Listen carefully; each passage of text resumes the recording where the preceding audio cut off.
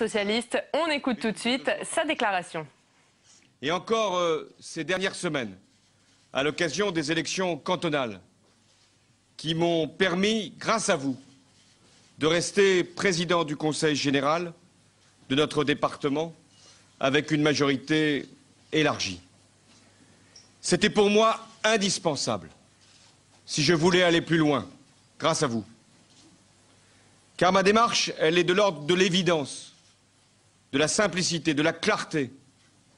C'est en effet ici, par le suffrage, que je tire ma légitimité et la force de mon engagement. Comment pouvais-je prétendre à la plus haute responsabilité du pays si un jour elle m'est confiée, si je n'avais pas au préalable la confiance de ceux qui me connaissent? Alors, désormais, c'est de la France qu'il s'agit.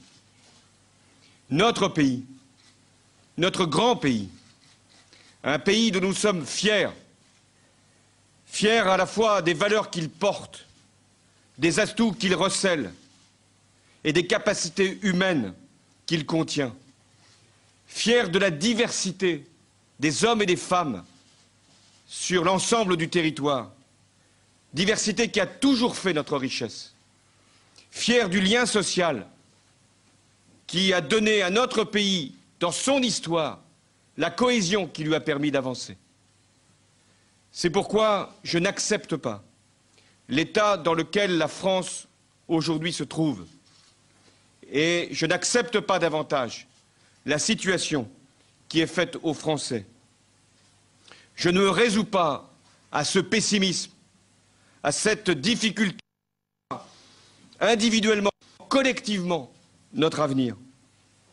Je refuse la division sciemment entretenue par un pouvoir qui joue avec le feu en attisant les antagonismes et les peurs.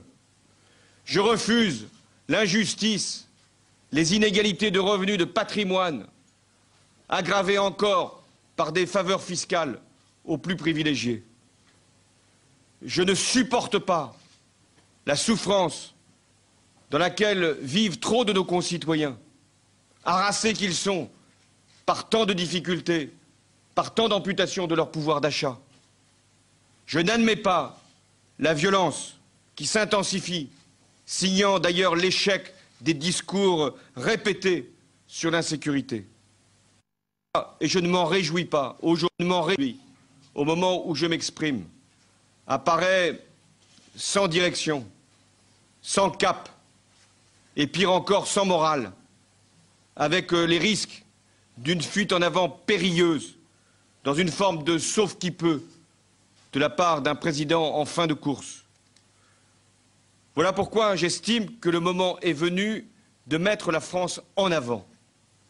Mettre la France en avant, c'est lui donner un projet productif qui mobilise les forces du travail, mais aussi de l'épargne, les acteurs publics, État, collectivités locales, pour bâtir les emplois de demain et préparer notre avenir.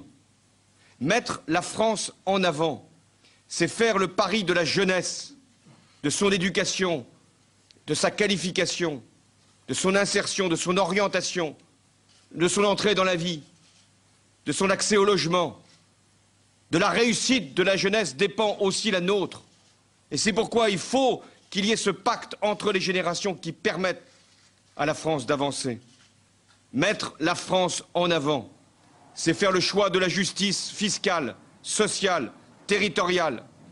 C'est de n'abandonner personne, ni aucun quartier, ni aucun espace, en métropole comme en outre-mer, et de faire en sorte que chacun puisse se sentir ici, en France, à l'égal de l'autre.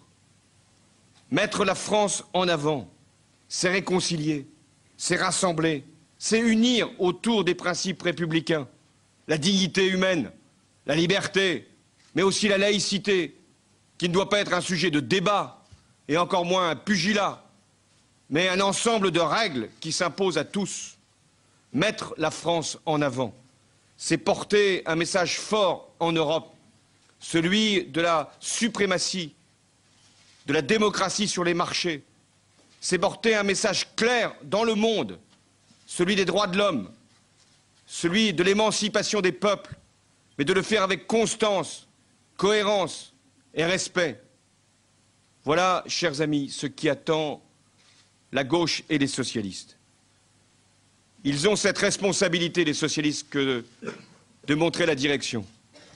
C'est un moment exceptionnellement difficile pour notre pays. La gauche doit se situer à la hauteur des enjeux. Sinon, le pire est à craindre. L'extrémisme, la défiance, la résignation. La gauche doit être à la hauteur de la tâche qui lui est confiée. Elle doit dire la vérité et en même temps, elle doit lever une espérance, écrire une nouvelle page de notre histoire, ouvrir une période de changement et de progrès et de montrer qu'un chemin est possible, que la France peut avancer et surtout d'offrir à la génération qui vient après nous un avenir meilleur que le nôtre, une vie meilleure. J'estime qu'il n'y a plus de temps à perdre. Il y a même urgence.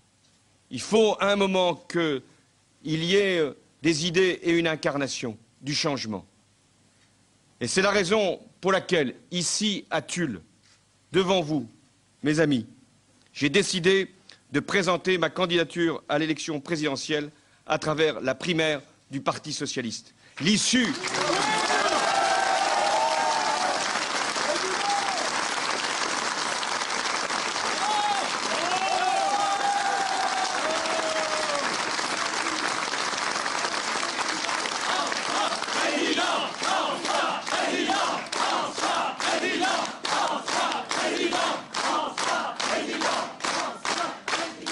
Permettez-moi de rajouter un mot, un seul.